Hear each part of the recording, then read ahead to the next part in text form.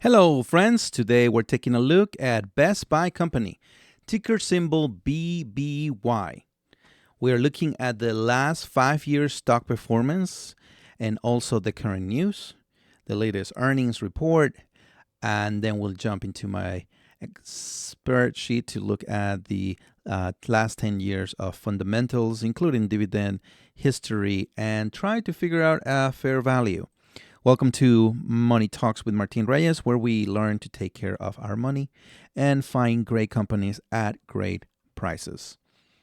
We're looking at Best Buy because one of our YouTube followers suggested it back about a month ago. His name is King's Pizza 586. Asked me what my thoughts are on Best Buy. So here I am trying to work on that. I also got a couple of comments lately about making more videos for new investors, which I really love that idea. I'm working on that, so they're coming.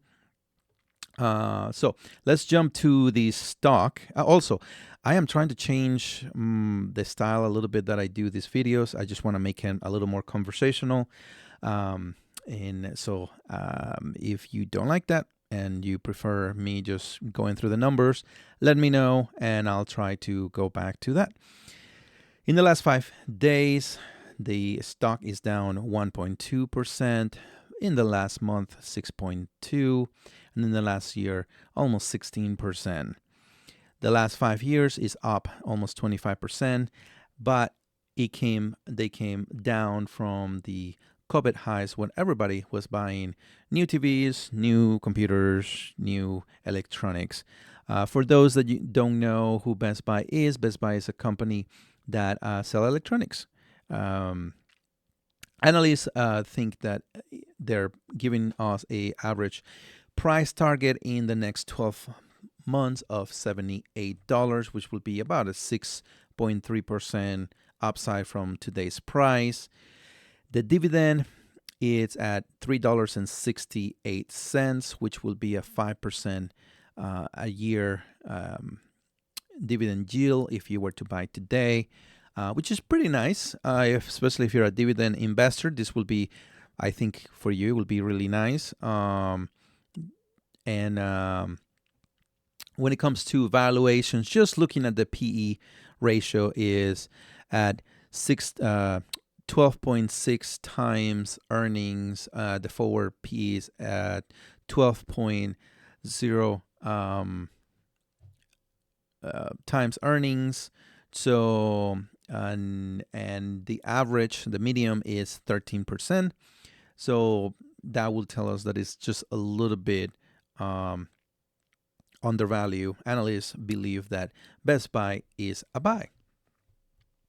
When it comes to the earnings, the last earnings they had that they reported was in November 21st.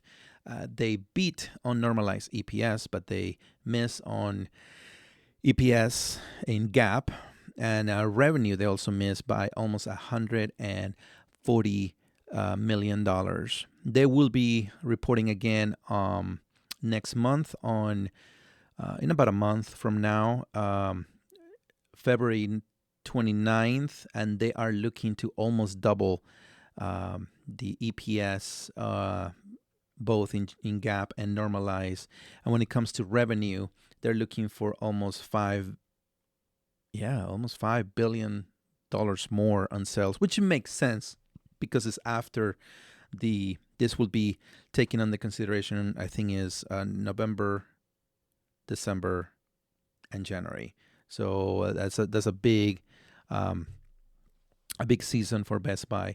When it comes to EPS revisions in the last 90 days, we have 17 revisions down and 6 revisions up.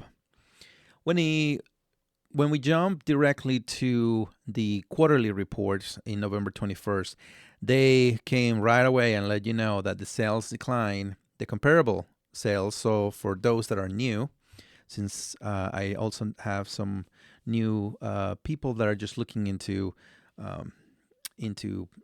learning about stocks. Comparable sales means sales for any company for any store that has been open for at least 12 months. So they're comparing the sales not of brand new Best Buys. They're not comparing it to one another. So the comparable sales, which is a good number to look for all retails, whether it's grocery stores or stuff like that, it is in decline by almost 7%. And that is a little bit that is definitely something to be worry about, especially because some of those comparable. If you see here, the biggest comparable domestic change was in online sales. The reason why this is a big deal is because during the earnings call, the CEO was talking about how they have been closing some stores. They're looking to maybe close another 10% in the next years. I don't remember how many it was. I listened to it almost a month and a half. And transition people to buy less in the stores and more online. Well, as they're doing that, as you can see, the biggest comparable sales drop of almost 10% was online. By the way, if you're interested on knowing where I listen to the earnings calls, it's this app that I was promoted by another YouTuber. I don't remember right now his name. I downloaded it. I don't get any money from them. This is not a sponsor. I just think it's a great tool because I can listen to the earnings calls while I'm doing exercise or driving or anything like that. I will highly encourage you to listen to the earnings calls of any company that you own or you're seriously thinking about buying. So, this is what I will be concerned, my friend. If you were to be, you will want to see next earning call that this number got better, the domestic online sales, especially since the management wants to transition into being more online and relying less on the physical store. So if you like my comments so far, please leave a like and subscribe to this YouTube channel or to the podcast if that's how you are getting this information. Also, leave a comment, a question, a suggestion. Let me know what I missed, any mispronunciation that I may have. I sometimes say crazy stuff, and also any bull or bear cases that you have on this talk. Let me know if you like this format that I'm trying to work on that is a little more conversational, less numbers. So let's jump right away to my spreadsheet and review the last 10 years on the fundamentals. The first fundamental we're going to be looking at is the revenue, sales. In the last 10 years, as you can see, since 2021, they have been coming down. They were going up, and in the last 10 years, they have been growing around 5.5% year over year. This is actually CAGR. Earnings, they have been growing at 14% year over year. However, they have been a little flat-ish. They're coming back to the 2018 numbers. That will be something to be concerned. The profit margins are very low at almost less than 4%. Free cash flow also kind of flat since 2016, even though it says here in the last 10 years it's grown 14.7%. I will be looking more at this 2%. Same thing with earnings, this 2% over here. It makes more sense. When it comes to book value, once again, kind of flat. There's not too much growth, and the growth that is happening it seems to be a little cyclical. They got a lot of good numbers because of the COVID pandemic. The growth has been close to 1% and 1.5% in the last 5 years. When it comes to the average return on invested equity in the last 5 years is 46%, which is pretty good. Return on invested capital is 21%. And return on asset is a really good, almost 10%. When it comes to dividend, for you guys, dividend investors, this dividend has been growing pretty nice at almost 20% in the last 10 years or 15% in the last 5 years. The payout ratio is just a little high at 63%. Most people like it under 50%, so that will be something to pay attention to. When it comes to debt has grown, but it's not something that they can handle with their free cash flow. They could pay all of their long-term debt in less than 2 years with their average 5-year free cash flow. When it comes to shares, they have been buying very aggressively their shares, so they're returning really nice. And this will be a reason why to consider Best Buy, is they are returning almost 5% on outstanding shares to the investors. Sorry, I brain freeze for a moment. So if you think about it, they're returning 5%, almost 5% in the last 5 years. And also, when we looked here, they're giving you a 5% dividend. It's just right there. Of course, it's not that simple because the price moves back and forth. But if they continue to do this, and if you were to just buy it and hold it, you're almost guarantee a 9 to 10% return on your investment a year. And that does not include any growth that the dividend continues to go.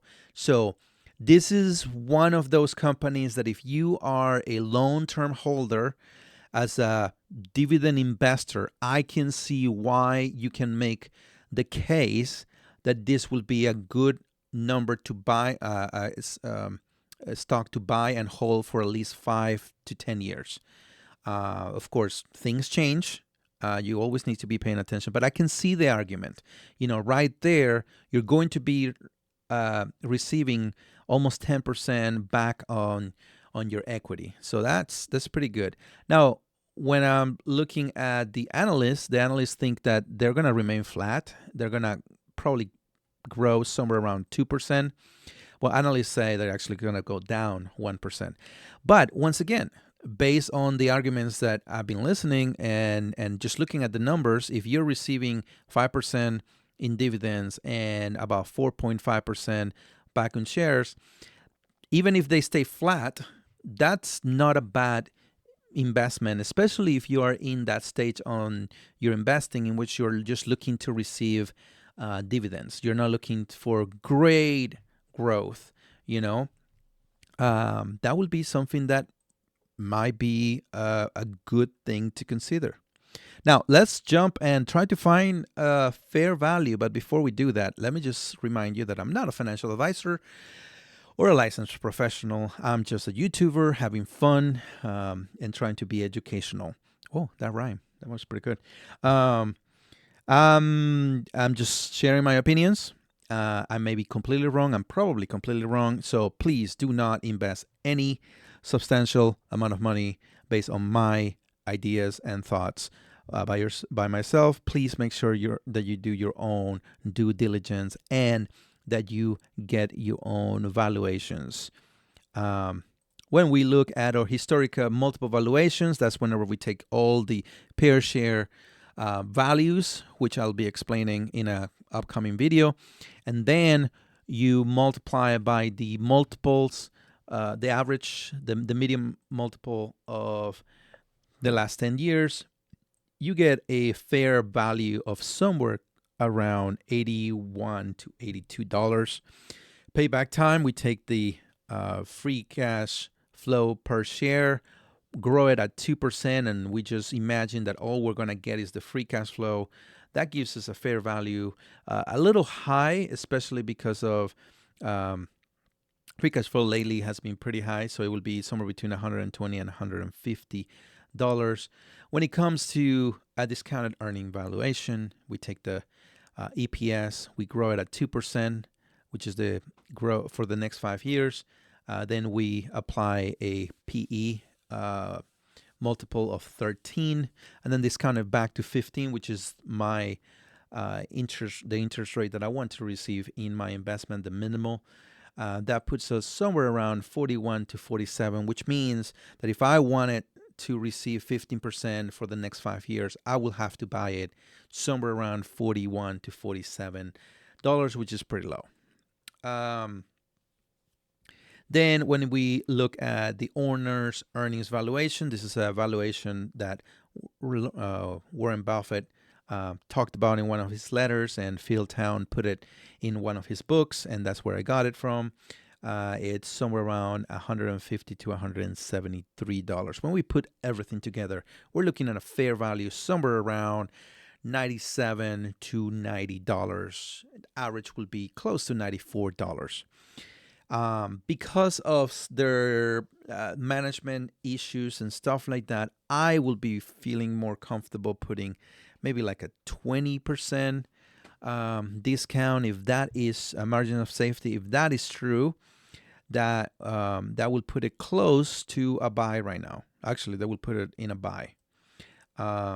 So those are kind of my thoughts and opinion. If you want to get this Excel sheet and play with your own numbers, I will encourage you to go to my Buy Me a Coffee. The link is going to be down in the description. And you can get your own spreadsheet and change the numbers. Hope that you like this video. Please leave a comment, subscribe, and I hope to see you in the next video.